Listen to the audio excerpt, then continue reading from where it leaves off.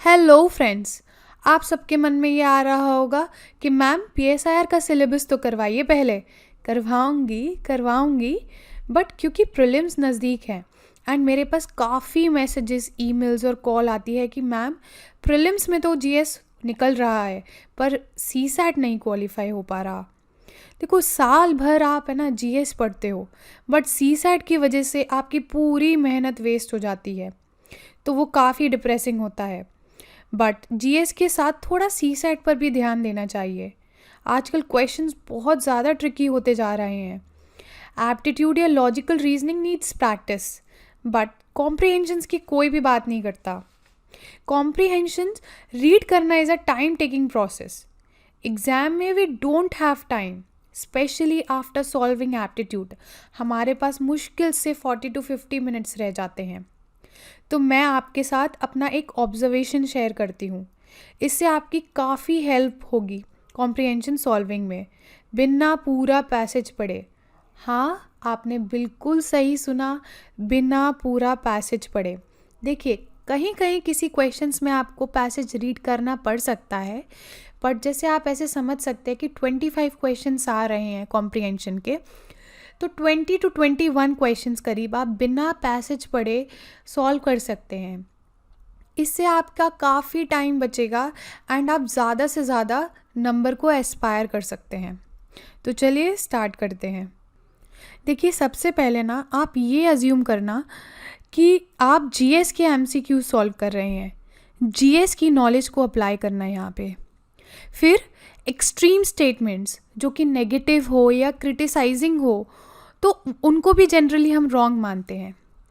Positive statements जैसे जो futuristic हो, बहुत अच्छी अच्छी बातें कर रहे हों, तो वो थोड़े से मतलब रेलेवेंट होते हैं और उनको सही मान सकते हैं। और हमको अप्लाई करनी है एलिमिनेशन टेक्निक। जैसे ऑप्शंस होते हैं ए बी सी डी, तो अगर मान लीजिए ए नहीं जा रहा है, बी नहीं जा रहा है, सी नहीं जा रहा है, तो ऑब्वियसली हमें पता नहीं है कि आंसर है क्या, लेकिन बट ऑब्वियस हो जाता है कि ऑप्शन डी ही सही होगा। ऐसे ही हमें किसी किसी क्वेश्चंस में, जैसे मैंने बोला कि कभी कभी पैसेजेस रीड करने पड़ सकते हैं। देखिए, ये जितनी भी ट्रिक्स मैं जो बताने जा रही हूँ ना, आप पहले पास्ट ईयर पेपर्स पे अप्लाई करना। वो मैं आगे आने वाली वीडियोस में ज़रूर सॉल्व करवाऊँगी। 2017 से 2022 के जितने भी पेपर्स हैं ना, जितने भी कॉम्प्रिहेंशंस हैं, सब इस ट्रिक से अप्लाई करके देखना, ज़रूर सॉल्व होंगे आपसे। देखिए, अब हम बात करते हैं कि एक्चुअली ये जुगाड़ है क्या। देखिए, कुछ वेग स्टेटमेंट्स होते हैं जो जनरल स्टेटमेंट्स होते हैं, जैसे कि women dignity should be taken care of, liberty, equality, fraternity must be upheld. तो ये जो स्टेटमेंट्स होते हैं ना, ये ज़्यादातर ठीक होते हैं। ऑड वन आउट मतलब कि जैसे 4 स्टेटमेंट्स हैं, ठीक है, अगर ये 3 सिमिलर लाइन पे है और जो डी है वो थोड़ा सा अलग सा है, तो इसकी भी पॉसिबिलिटी बढ़ जाती है ठीक होने की। थर्ड है सॉल्यूशन ओरिएंटेड या फॉरवर्ड लुकिंग, जो फ्यूचरिस्टिक अप्रोच को बताते हैं, उनकी भी पॉसिबिलिटी हो जाती है सही होने की। चौथा है पॉसिबिलिटीज़ रिलेटेड स्टेटमेंट, जैसे वो बताते हैं कि हाँ ऐसा हो सकता है, या मे बी, कुछ वर्ड्स होते हैं ना, जैसे सम हो गया, मे बी हो गए, तो ये वाले स्टेटमेंट्स भी ज़्यादातर सही होते हैं। न्यूट्रल स्टेटमेंट्स, जैसे जो बिल्कुल भी एक्सट्रीम की बात ना करे, जैसे एक्सट्रीम कुछ वर्ड्स होते हैं, ऑल हो गया, ओनली हो गया, ये जितने भी होते हैं ना, ये ज़्यादातर मैंने बोला गलत होते हैं, हमेशा नहीं, लेकिन न्यूट्रल स्टेटमेंट्स की तरफ हमें जाना चाहिए।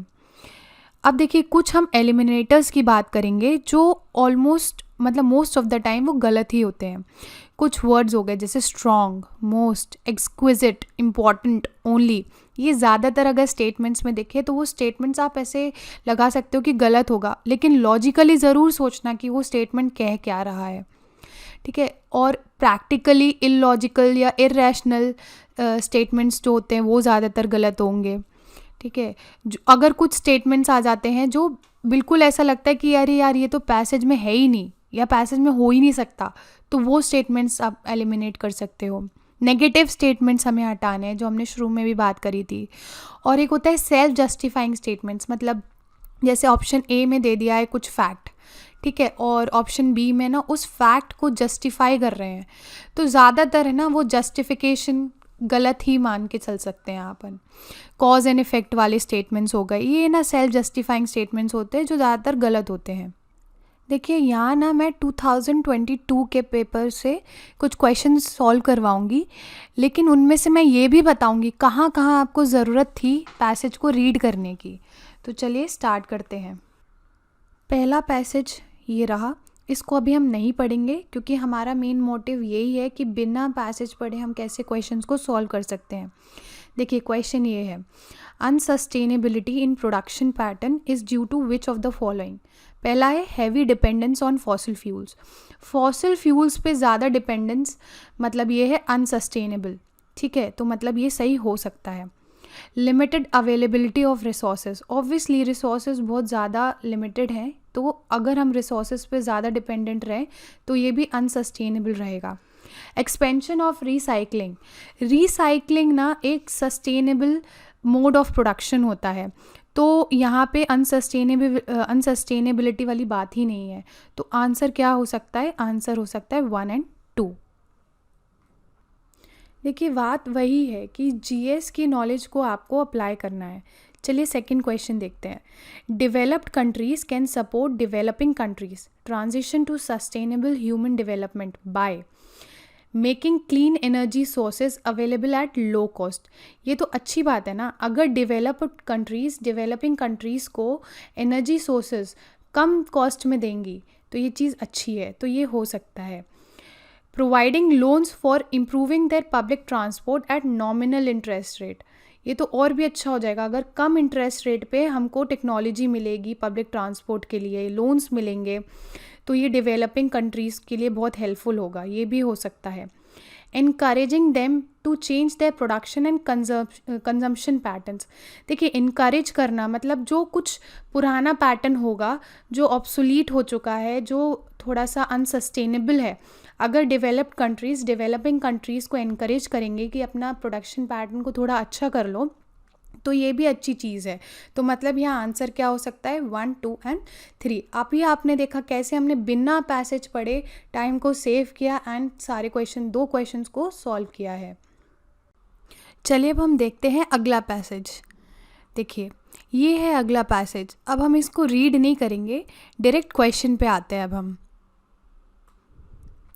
According to the passage given above, deforestation and denudation will ultimately lead to which of the following? इसमें पूछ रहे हैं deforestation and denudation किस चीज़ को लीड करेंगे, उनका रिजल्ट क्या होगा? डिप्लीशन ऑफ सॉइल रिसोर्सेज, ये तो बिल्कुल ही सही बात है। Shortage of land for common man, देखो अब ये कॉमन सेंस की बात है, डिफॉरेस्टेशन का असर सिर्फ कॉमन मैन को ही क्यों होगा? मतलब अगर होना भी होगा तो सबके लिए होगा ना ये, तो यहाँ पे ये चीज़ नैरो बताती है, ये नैरो है, तो इसका स्कोप नैरो है, तो ये रॉन्ग हो जाता है यहाँ पे। Lack of water for cultivation, obviously बात है, डिफॉरेस्टेशन होगा तो सॉइल की कैपेसिटी कम हो जाएगी वाटर होल्डिंग की, तो lack of water for cultivation ये सही हो जाएगा। तो यहाँ पे आंसर हो सकता है 1 और 3। चलिए अब चलते हैं नेक्स्ट पैसेज पे। देखिए यहाँ पे भी हम पैसेज नहीं पढ़ेंगे, डायरेक्ट क्वेश्चन पे आएंगे। According to the passage, natural selection can not anticipate future environments on the earth as, पहला स्टेटमेंट है species not fully prepared to face the environmental changes that await them will face extinction, ये बिल्कुल सही बात है। अब second statement है all the existing species would get extinct as their genome will not withstand biological mishap. अब ये देखिए ये हो गया एक एक्सट्रीम स्टेटमेंट, यहाँ पे कह रहा है वो सारे जितने भी स्पीशीज़ अभी एग्जिस्ट कर रहे हैं वो एक्सटिंक्ट हो जाएंगे क्योंकि वो लोग बायोलॉजिकल मिसहैप को झेल नहीं पाएंगे। तो ये ऑब्वियसली हमें पता है, मतलब समझ आ रहा है कि ये गलत है। तो अब हम ये जान सकते हैं कि जहाँ जहाँ सेकंड स्टेटमेंट आ रहा है ऑप्शंस में, वो ऑप्शन गलत हो जाएंगे। अगर ये गलत हो जाते हैं तो ऑब्वियसली जो स्टेटमेंट बचता है वो है 3, तो ये सही हो जाएगा हमारा। लेकिन फिर भी हम थर्ड एंड फोर्थ स्टेटमेंट पढ़ लेते हैं। Inability of the genome to withstand environmental changes would result in extinction, हाँ, ये बिल्कुल हो सकता है। Extinction of species is a common feature. इसमें कुछ भी ऐसा एक्सट्रीम नहीं है कि नहीं हो सकता है। अब चलिए नेक्स्ट क्वेश्चन पे आते हैं। The passage suggest that Darwinian theory of evolution is not a theory at all because it does not satisfy the creationist doctrine. Extinction is a function of environment and biological assaults. There are no evidence to refute it. Existence of organism is attributed to a creator. देखिए यहाँ ना थोड़ा सा हमको passage की reading की ज़रूरत पड़ेगी। तो ये क्वेश्चन को हम सिर्फ पैसेज को रीड करके ही सॉल्व कर सकते हैं। जो मैं आप शुरू में बात करती थी ना, कुछ पैसेजेस ऐसे होंगे जहाँ हमें रीड करना पड़ेगा, तो ये उसका एग्जाम्पल है ऐसे क्वेश्चंस का। चलिए नेक्स्ट क्वेश्चन पे आते हैं। With reference to the passage the following assumptions have been made. Only species that have the ability to overcome environmental catastrophes will survive and perpetuate. देखिए यहाँ पे आप इस वर्ड पे मत जाना, इसका मैंने पहले भी बोला था, ये वर्ड देख के इसको मार्क रॉन्ग नहीं कर देना। यहाँ पे इस स्टेटमेंट का इसेंस समझना। वो ये बोल रहे हैं वो सारे स्पीशीज़ जिनके पास एबिलिटी है इन्वायरमेंटल के कैटास्ट्रोफे को मतलब झेलने की, वो ही सर्वाइव कर पाएंगे। ठीक है, तो ऑब्वियसली बात है ये सही होगा। अब यहाँ देखिए, more than 90% of the species on the earth are in the danger of getting extinct due to the drastic change in the environment. देखिए कितना ज़्यादा एक्सट्रीम स्टेटमेंट है जो कि इसको इररेलेवेंट बना देता है। मोर देन 90% ऑफ स्पीशीज़, वो कह रहा है कि एक्सटिंक्ट हो जाएंगे क्योंकि जो ड्रास्टिक चेंजेस हो रहे हैं इन्वायरमेंट में। तो ऑब्वियसली ये बहुत एक्सट्रीम है, तो ये यहाँ पे गलत हो जाता है। अगर सेकंड स्टेटमेंट गलत होता है तो ऑप्शन बी और ऑप्शन डी ये दोनों गलत हो जाते हैं। थर्ड स्टेटमेंट पढ़ लेते हैं। Darwin's theory explain all the natural phenomena. क्या वो सारे ही नेचुरल फिनोमिना को एक्सप्लेन कर पाएगा? क्या ये स्टेटमेंट एक्सट्रीम नहीं है? बिल्कुल एक्सट्रीम है। तो ऑब्वियसली ये स्टेटमेंट भी गलत हो जाएगा and option A will be the correct answer. चलिए अब नेक्स्ट पैसेज की हम बात करते हैं। यहाँ पे भी हम पैसेज को रीड नहीं करेंगे, अब हम डायरेक्ट क्वेश्चन पे आएंगे। Based on the above passage the following assumptions have been made. Development of agricultural technology is confined to developed countries. Agricultural technology is not adapted in developing countries. अब यहाँ देखिए ये कह रहे हैं जो एग्रीकल्चरल टेक्नोलॉजी का जो डेवलपमेंट हुआ है ना, वो सिर्फ और सिर्फ डेवलप्ड कंट्रीज़ तक सीमित है। क्या ऐसा है कि हमारा डेवलपिंग कंट्री जैसे इंडिया हो गया, यहाँ पे क्या टेक्नोलॉजी नहीं है? एग्रीकल्चरल टेक्नोलॉजी बिल्कुल है। तो ये स्टेटमेंट क्या हो गया? गलत हो गया। Agricultural technology is not adapted in developing countries, बिल्कुल गलत, बिल्कुल गलत। तो ऑब्वियसली आंसर क्या आ जाएगा? डी। अब चलते हैं नेक्स्ट क्वेश्चन पे। Based on the above passage the following assumptions have been made. Poor countries need to bring about changes in their existing farming techniques. अब ये बताइए, बिल्कुल सही स्टेटमेंट नहीं लग रहा है? बिल्कुल लग रहा है। Developed countries have better infrastructure and they waste less food. हाँ ऐसा ही होगा ना, तभी तो वो डेवलप्ड हैं, तभी तो उनके पास बेटर इंफ्रास्ट्रक्चर है। अगर इंफ्रास्ट्रक्चर उनका अच्छा है, उनकी सप्लाई चेन अच्छी है, तो ऑब्वियस ही बात है कि फूड कम वेस्ट होगा। तो यहाँ पे आंसर होगा सी। अब हम चलते हैं नेक्स्ट क्वेश्चन पे। Based on the above passage the following assumptions have been made. Growing enough food for future generation will be a challenge. ये देखिए ये बिल्कुल ऑब्वियस सी बात है कि आगे आने वाली जनरेशन में के लिए फूड इतना हो पाए, इनफ हो पाए, ये एक बहुत बड़ा चैलेंज है। तो यहाँ इसकी सही होने के चांसेस बढ़ जाते हैं। Corporate farming is a viable option for food security in poor countries. ये देखिए अब यहाँ पे कैच है। क्या कैच है? ये बहुत ज़्यादा स्पेसिफिक हो गया है। ये बोल रहे हैं सिर्फ और सिर्फ कॉरपोरेट फार्मिंग ही एक वायबल ऑप्शन है जो पुअर कंट्रीज़ को फूड सिक्योरिटी दिला सकता है। क्या ऐसा हो सकता है? क्या पुअर कंट्रीज़ के लिए और कोई ऑप्शन नहीं है? बिल्कुल गलत। तो ये क्या हो गया? गलत स्टेटमेंट हो गया। तो यहाँ आंसर क्या होना चाहिए? Option A. देखिए, अब आपने देखा कि कैसे हमने बिना पैसेज पढ़े कितने सारे क्वेश्चंस को सॉल्व किया है, कितना ज़्यादा हमारा टाइम सेव हुआ है और सही होने के चांसेस भी अच्छे खासे हो जाते हैं।